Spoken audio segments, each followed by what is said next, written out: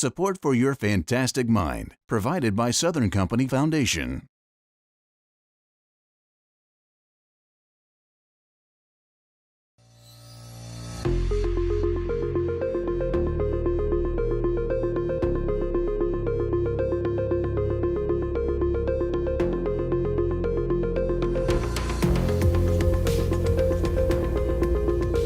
Welcome to Your Fantastic Mind. I'm Jay Watson.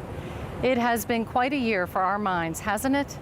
We entered 2020 not knowing that a global pandemic would change the way all of us live, that it would cost millions of jobs and hundreds of thousands of lives, that we would add new words to our vernacular: socially distanced, shelter in place, quarantine, online learning, Zoom meetings. So we're going to examine the impacts of COVID-19 on our brains and our minds. And while we're all very different, for many of us this year, our lives have looked remarkably similar in certain ways, which is why we begin this week at home.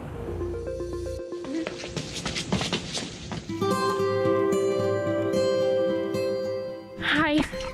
Hey! Yay! Ty is 12 and Crew is 10. That was awesome. Serve me, Ty. The oldest is Jace, and Autumn is 19. The Kleffner siblings have always been close, but never like this.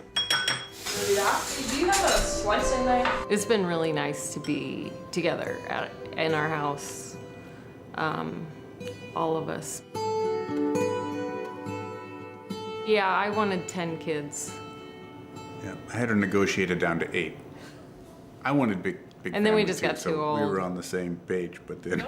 Really? Opposite up. No, you deserve all the fame. Ty is Ethiopian. Crew was born in Denver. He was in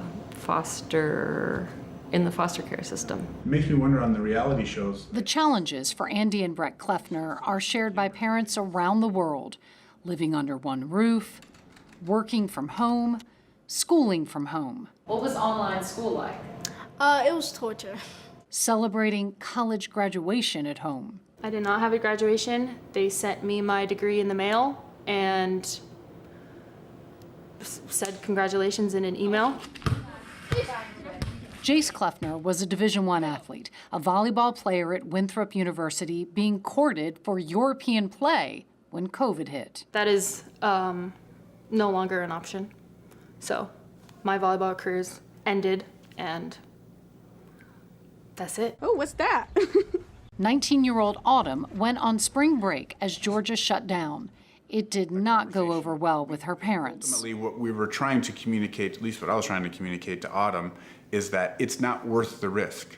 I wouldn't get in a car if there was a 3% chance that the bomb on the trunk's gonna blow up. We were doing our best to just like be safe-ish, and then as soon as we got home, my dad was like, you have to stay in the basement for 2 weeks because you've been out. And I was like, relax. We just have to figure out. Brett and Andy are every parent, trying to navigate with children on the cusp of adulthood, All right. trying to protect their health as they keep their own jobs. Yeah, I don't judge anybody except judgy people. And trying to keep everyone's spirits up. And as America has discovered, it's a tall order. Being trapped in here is terrible, and it's depressing and scary, and just, I don't want another day of this, but it keeps happening, so. Had yogurt all over his face. There's not a lot of margin for error. Like, nothing else can really go off the rails. They're managing, like, school now is totally different. I don't get to see my friends. My parents are, we're all in the same soup together all the time. So, there's not a lot of latitude for now my sandwich got burnt. Like, that would blow them up because I'm using all my chips just to manage this thing. A third of Americans are showing signs of clinical anxiety or depression. Census Bureau data taken over 90 days, beginning the end of April, showed a huge jump in anxiety and depression from before the pandemic. Some groups are harder hit than others. Young adults, women, and the poor report higher rates of anxiety and depression. COVID has been hard on our kids. A survey of almost 1,800 children in the Hubei province, China, during the height of the pandemic there, found that almost a quarter of elementary school students had symptoms of depression and 19% had anxiety symptoms after 2 or more months of home confinement. The disruption of our normal rhythms is terribly anxiety-provoking. The lack of true interaction, the lack of being able to reach out and touch people that you care about and you love. There are things they can do. Dr. Mark Rappaport is the head of psychiatry at Emory University. He says there are several things we can do to help ourselves. Talk about it with their friends and others, other people experiencing the same thing. You know, there's almost a sense that of shame about all of this, a sense of, oh, you know, I must be unusual or I must be doing something wrong if I have these feelings. No, everyone has these feelings. None of us have ever been in this situation before. Rappaport says positive psychology shows that if we give ourselves something to look forward to, such as a trip in the future or seeing friends, it's helpful.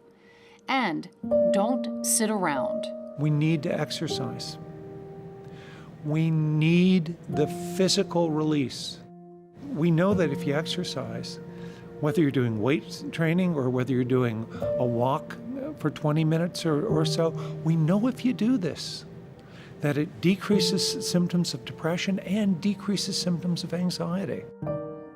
Our lives are not as defined. What's a weekend? Does the workday ever end? Rappaport says we need to draw those lines for our mental health. Take breaks. Switch gears. Actually, physically change locations, even if it's only from your bedroom office to another part of the house.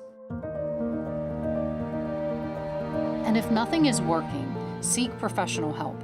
Telehealth allows you to safely access resources. It's not a sign of weakness. It's not a sign of failure. It's a sign of being responsible and caring not only for yourself, but for your loved ones.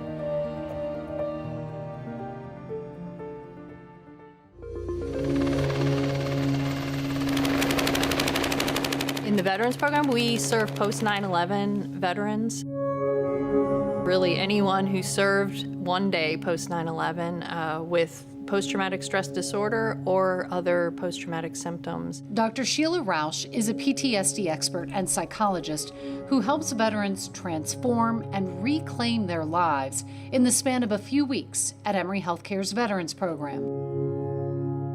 The intention is really to take all of the best information that we have. Rausch and her colleagues took that best evidence they successfully used week after week and used it to create a mental health and help guide to deal with the COVID pandemic. What's really interesting is a lot of what we're going through with the pandemic is similar to what combat veterans experience because they are in a long-term increased risk to life when you're in a combat situation, and then they have these specific incidents that happen. So a specific firefight or a specific loss of a friend, those sorts of specific traumas, and that's a lot like what we all are experiencing who are treating people with COVID or who are going through this pandemic, where it's a long period of increased risk, where we're all kind of worried and wondering, and then there are specific incidents of trauma where we maybe have a friend that we lose or a loved one that we lose. And just being able to come here and Rausch have that memory and context. And Dr. Barbara Rothbaum, a world-renowned PTSD expert and executive director of the Veterans Program, created the guide with Dr. Naomi Simon, a psychiatrist colleague in New York at the height of the outbreak there. It's a phased plan to be used by healthcare workers, employers, all of us. The phases of the plan cover many months and various scenarios, and depending on where someone is at in the pandemic, may recommend seeking mental health help or other interventions. Some self-help tips in the guide include ensuring basic needs for food, sleep, and lodging are met. This is a huge stressor for the millions out of work. Enhance social connection and support. Use strategies that have helped you at stressful times in your life before, like talking with friends and family, exercise, prayer, yoga. reduce unhelpful coping, such as overuse of alcohol or other harmful strategies, and allow people to tell their stories when they're ready. The connection piece is hugely important for all of us, especially those who already have pre-existing mental health conditions. The people who are most at risk are the ones who are not feeling connection to others, not feeling support. When someone experiences trauma and they feel alienated from those around them, it puts them at a very high risk of having lots of difficult mental health outcomes. It might be PTSD, it might be depression, it might be substance abuse. The phased approach for mental health response to COVID-19 is already being recommended across the country and referenced for use by the American Psychiatric Association, Anxiety and Depression Association of America, and others. Overall, people are very resilient. Humans have been a very successful species on the planet because of that. So for most people, this is probably going to be a bump or a bunch of bumps in the road that we're going to eventually recover from and be in a new place. It might not be the same place we were, but a new place where we're thriving and doing the things that we need to do to have meaning in our life. Well, COVID-19 and the pandemic is the public health crisis of the century. We haven't had, in the last 100 years, a public health crisis that shuts down our world. It's a bold statement from a man who led the way on another global pandemic. Dr. Jim Curran, Dean of the Rollins School of Public Health at Emory University, was at the forefront of the early days of the AIDS crisis, tapped to lead a CDC task force to figure it out. If the trends continue as they are, I think we can predict that the acquired immune deficiency syndrome is a highly fatal illness. A pioneer in HIV/AIDS prevention. This is Dr. James Curran. Dr. Curran led the nation's efforts in the battle against HIV and AIDS, a renowned global expert who examined some of the very first AIDS patients in America. We did a report of the first 5 from Los Angeles. And then I went, that next day I went to New York to see one of the first patients in New York. This is how he compares the HIV/AIDS epidemic to COVID. The epidemic doesn't go away. 40 million people have died of HIV and 40 million people are still infected throughout the world. There's no natural end to the AIDS epidemic short of a cure and a vaccine. With COVID, there's more hope that we could put an end to it, because it's only 3 weeks away. The people dying today were infected 3 or 4 weeks ago. Why can't we stop it over the next 4 weeks? And that's our challenge. The advances in science are our greatest hope, and the people who interpret science. The entire globe is involved. All of science, maybe it's Tony Fauci, are the people that can provide us the best lens for our hope. You know, and if we don't believe them, then we're really turning down a lot of the future. People have been predicting that there would be a widespread respiratory epidemic for decades. It's here, and we're never going to forget it. My name is Dr. Samuel Byron Milton. It is a serious condition. I'm a physiatrist and I work at Emory Rehab Hospital. And as a physiatrist, I treat patients who have strokes or brain injuries or any type of neurologic or orthopedic conditions. Yeah, that's right. Dr. Milton is seeing COVID patients who suffered serious brain impacts from the virus. We are now recognizing that COVID-19 disease actually has a significant neurologic implication or neurologic effect. And there are right now over 300 studies right now around the world that are actually looking at what are these neurologic effects, how are they caused. Okay, perfect. One of those studies concerns strokes caused by COVID, even in young, healthy people.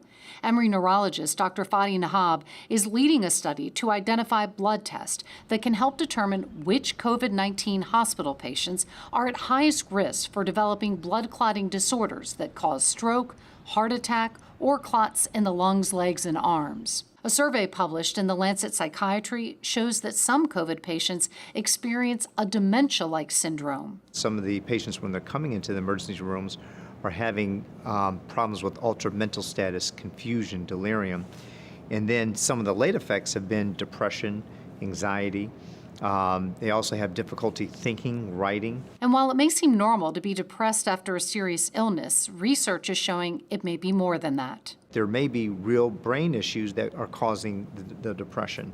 In other words, real issues in the emotional centers of the brain that actually become impacted, that this may not be just an emotional problem, but really a disease process problem that's causing depression and anxiety. We are really learning that this can be devastating for anybody.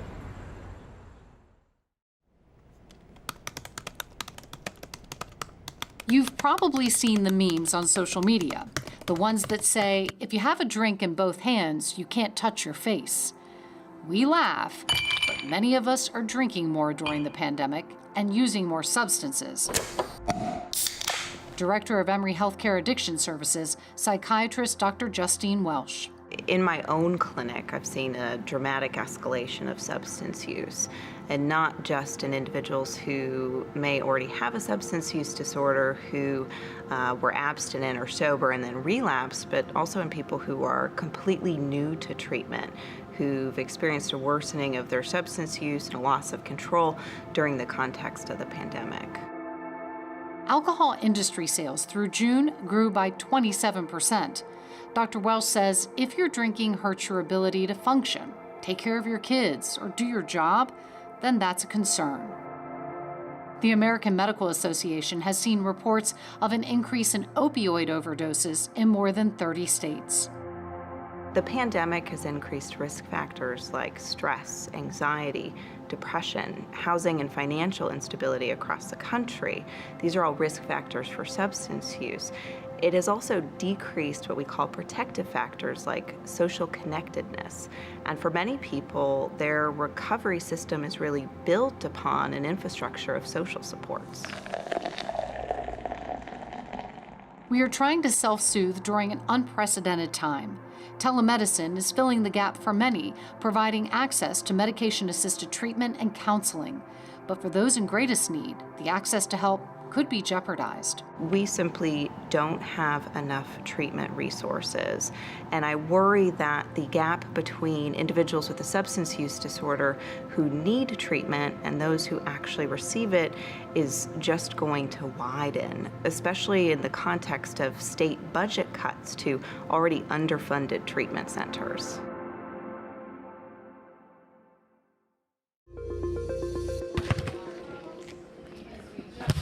They are months into their pandemic family life.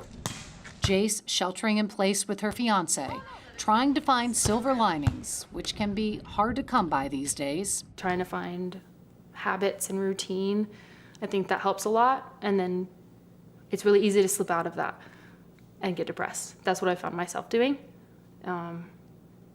There's just no routine anymore, and that's how I functioned as a person. So I got a reminder. In talking to the Kleffner family, there is a pattern when it came to what worries them most. I'm worried it will never go back to the way life was before. I'm most worried about it just not ending. The hardest part, I think, is just feeling like you have to give up certain freedoms. Everything's gonna be fine tomorrow, and then it's really not. It's really just gonna be not fine. This is not fine.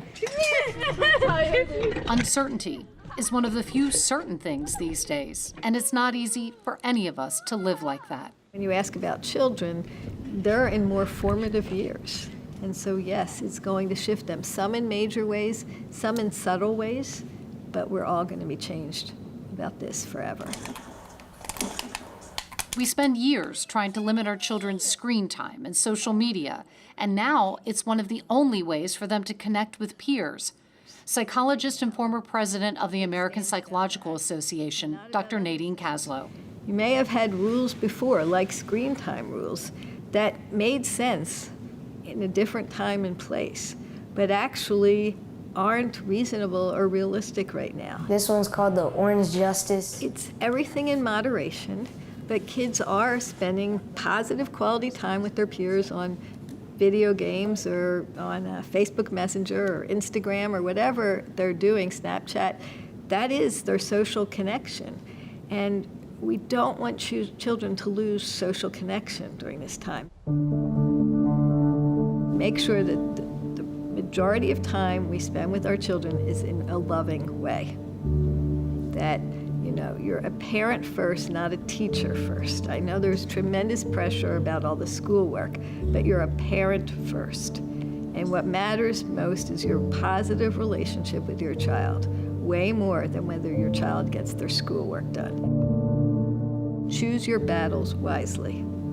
Do not spend all day long battling about everything about their homework, whether or not they get their room clean, how much screen time they have. Be thoughtful about what really matters right now and take stands about that and not about other things. The dark side of quarantine and sheltering in place is emerging. The UN reports a global increase in domestic violence, reporting it has increased 20% during lockdown, as many people are trapped at home with their abuser. People are trapped in these situations, and as the economic downturn continues, I'm very worried that these rates of domestic violence are going to increase even more because people who don't have jobs feel worse about themselves, more insecure, and then they turn around and try to exert more control over others. Another group profoundly impacted are the healthcare workers. Dr. Kaslow has helped lead a team providing free mental wellness support to hundreds of frontline workers and trainees across Emory Healthcare, the Atlanta VA, and the Grady Health System. We yearn to go back or move forward into something better, but most of us will admit to some bright spots. A lot of children got to spend more time with their parents and with their siblings in ways that have been really nice. They've gotten more family time together, maybe more meals together. Brett Kleffner says he's learning new habits, new ways of being. Being aware of habits that make me healthier, start putting habits in place. Even just being, there's a habit. The new way of operating is just to sit still and listen to birds chirp for an hour, because I have an hour, because that would be where I was in traffic normally. Dr. Kaslow says going back isn't necessarily the right approach. I'm really concerned when I hear people talk about going back to normal. The normal that we had was not great. There were a lot of problems with the normal that we had. I've heard so many people talk about, I never noticed my garden. I never took a walk outside during the middle of the day. I didn't eat healthy at work because there wasn't healthy food, and now I do that. I didn't have time to just learn what my children were learning in school. We need to take what's been good about this very difficult, challenging time and find creative ways to move that forward. So how does the COVID story end? With the promise of a vaccine. And among the teams around the world hard at work is one group that has a long history of confronting another challenging virus. So your question is whether we need to do the DNA simultaneously, you mean? My lab works on vaccine development for HIV. Dr. Rama Amara's team at the Yerkes National Primate Research Center has devoted 20 years to a single pursuit. What you're seeing here, the creation of an HIV vaccine. Phase 2 of human clinical trials have been completed. What we're going to do is a nasal swab. At the end of March 2020, with the COVID pandemic racing across the globe, they added another vaccine to their efforts, COVID-19. I thought it is important for us to get into this because we have vast experience with HIV vaccine development for the past 20 years, that we basically learned so much about how to really program the immune system. This is a great sign that all the investment that we made in HIV vaccine development, I think, is coming to really use in this pandemic situation, that we could actually basically run. That as we are making the vaccine. Amara isn't kidding when he says run. While his team got a later start than some of the 140 plus teams around the world, they made up for lost time. Do you have a vaccine?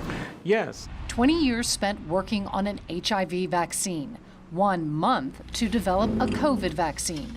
2 different viruses, with the first providing a foundation that allowed Amara and his team to create what he believes will be a safe, effective vaccine. Highly confident that this vaccine can provide a significant protection. What we need for protection against this any viral infection is that you need antibodies that can block the virus entry into the target cells.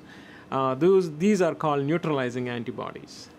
And if the neutralizing antibodies fail to prevent that infection, that first step, virus entering into the host cell, you need to be able to clear those infected cells. And those would be the cytotoxic T cells, the killer cells that can destroy the infected cells. We are trying to combine these antibodies with cytotoxic T cells, these killer cells. Not everybody is trying to do that. There's a lot of work involved. There are so many steps. We are working with challenging times. This vaccine is very durable. We have shown that immune responses can persist as far as like 3 years. We were so excited about the results that we got in the mouse. The vaccine was effective in mice. We know it is safe. And we know that it is very translatable from mouse to the monkey to the human, based on our experience with HIV. Manufacturing of the vaccine in human trials will hopefully follow. A 2-decade journey paved the way for a month-long sprint to a COVID-19 vaccine.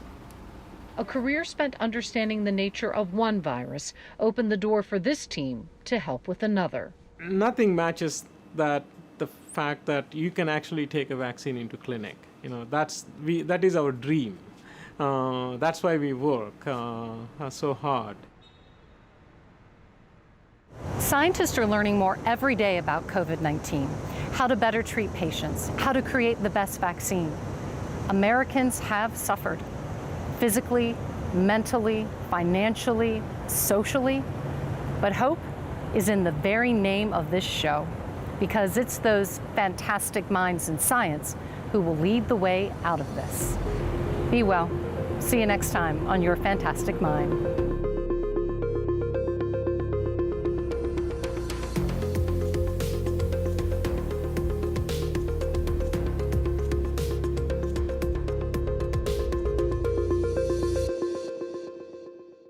Support for Your Fantastic Mind, provided by Southern Company Foundation.